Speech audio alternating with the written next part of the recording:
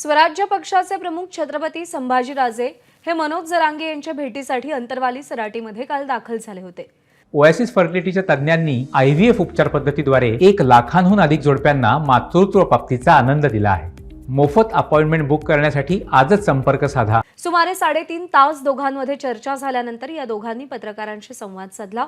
प्रकृतीची विचारपूस आणि काही राजकीय चर्चा झाल्याचं सांगत 29 तारखेला जरांगेंच्या निर्णयानंतर विचार करू असं संभाजीराजे छत्रपती यांनी म्हटलं। तर मनोज जरांगे यांनी समाजाशी बोलून पुढचा निर्णय घेऊ असं सांगितलंय। राज्यामध्ये 113 किमान जागा पाडू शकतो आणि मुंबईतून 10 ते 12 जागा पाडू शकतो असा विश्वास जरांगेंना आहे।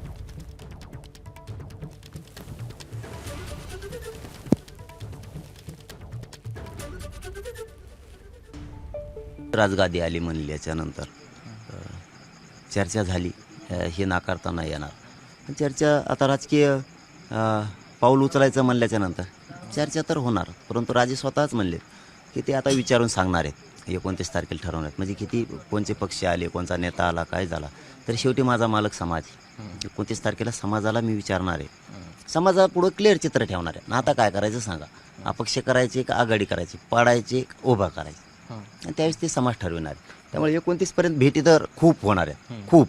मुंबईत कसं काय करायचं हे जरा अवघड दिसतंय मला।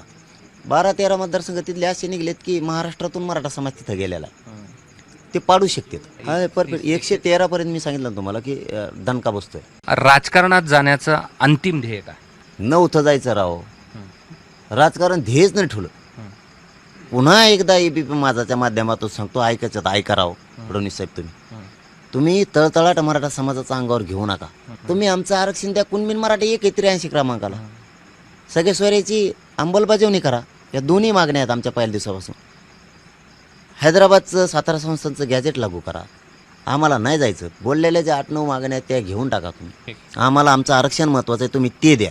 तुम्ही जर ते नाही दिलं तर आमच्या पुढं किंवा माझ्या पुढं समाजापुढं पर्यायच नाही तिथं गेल्याशिवाय। एकदा जशी शिक्षा दिली भाजपला, तसं पुन्हा शिक्षा करणार नाही असं त्याचं मत आहे। नाही करणार ना, ओबीसीतून आरक्षण दिल्यावर त्यांनी इतकं येड्यात काढलं बघावा। EWS नाही देऊन आम्ही नाही मागून रद्द केलं, ACBC नाही मागून आमच्यावर बळजला दिलं। EWSमधून फॉर्म भरले पोरांनी, कारण तुमच्याच निवडणुकीमुळं, तुमच्याच अधिवेशनामुळं ते लांबलं। 2-3 महिने पोरांचे वायाला गेले, तुमच्याचमुळं झालं ते।